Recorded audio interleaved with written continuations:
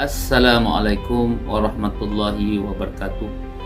Alhamdulillah, dengan izin Allah SWT, ini bukan sekadar perjalanan masa, tetapi sejarah amanah, kesabaran, istiqamah, perjuangan dakwah.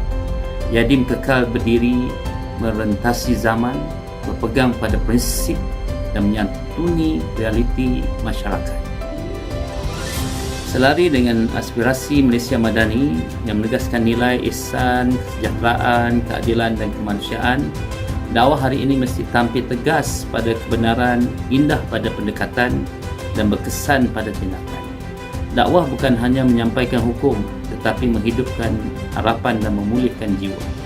Kekuatan Yadim terletak pada kesatuan kepimpinan, keikhlasan warga kerja dan kepercayaan masyarakat.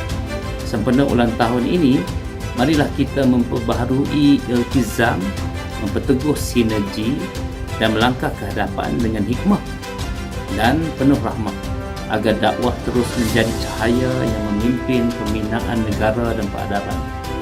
Selamat ulang tahun ke-52 Yadim, dari tradisi ke transformasi. Sekian, terima kasih. Wassalamualaikum warahmatullahi wabarakatuh.